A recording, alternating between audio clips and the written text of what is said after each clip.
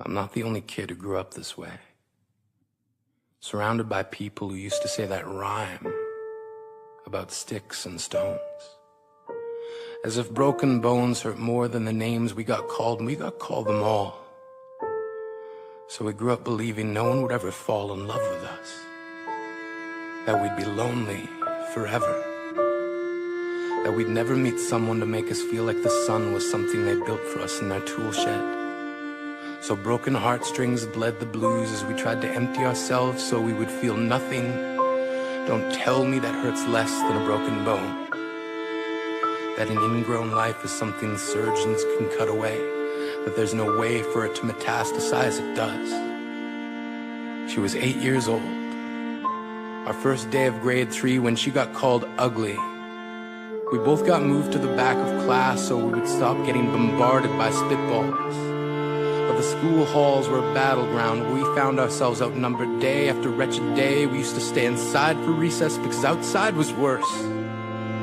Outside we'd have to rehearse running away or learn to stay still like statues, giving no clues that we were there in grade 5. They taped a sign to the front of her desk that read, "Beware of dog." To this day, despite a loving husband, she doesn't think she's beautiful because of a birthmark that takes up a little less than half her face. Kids used to say she looks like a wrong answer that someone tried to erase but couldn't quite get the job done. And they'll never understand that she's raising 2 kids whose definition of beauty begins with the word mom. Because they see her heart before they see her skin. Because she's only ever always been amazing. He was a broken branch grafted onto a different family tree. Adopted. Not because his parents opted for a different destiny. He was 3 when it became a mixed drink of 1 part left alone and 2 parts tragedy. Started therapy in 8th grade. Had a personality made up of tests and pills.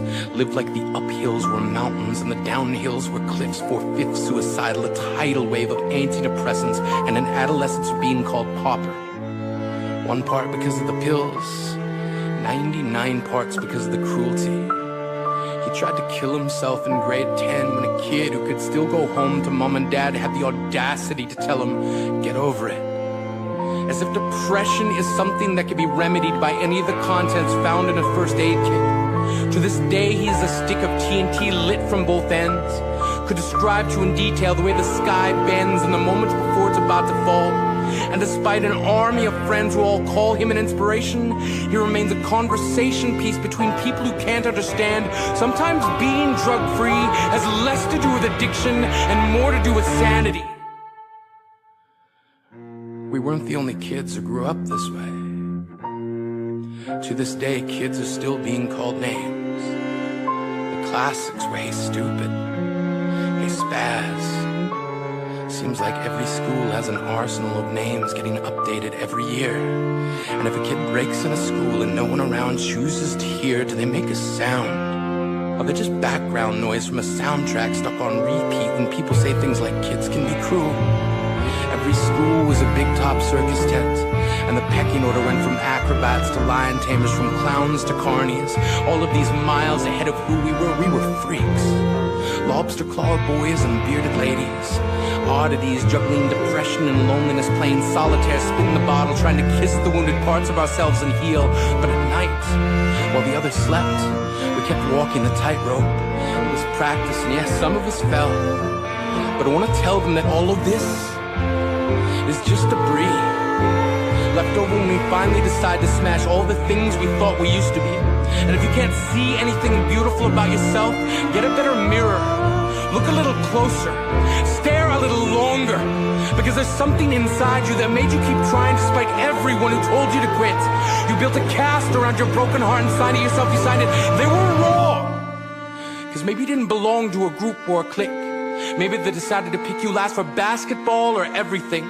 Maybe you used to bring bruises and broken teeth to show and tell but never told. Because how can you hold your ground if everyone around you wants to bury you beneath it?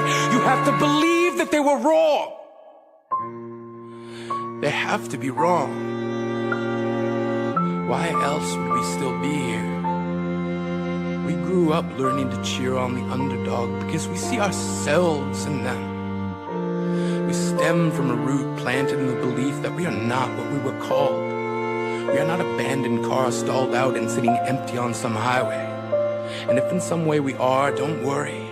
We only got out to walk and get gas. We are graduating members from the class of we made it. Not the faded echoes of voices crying out names will never hurt me. Of course, they did. But our lives will only ever always continue to be a balancing act that has less to do with pain and more to do with beauty.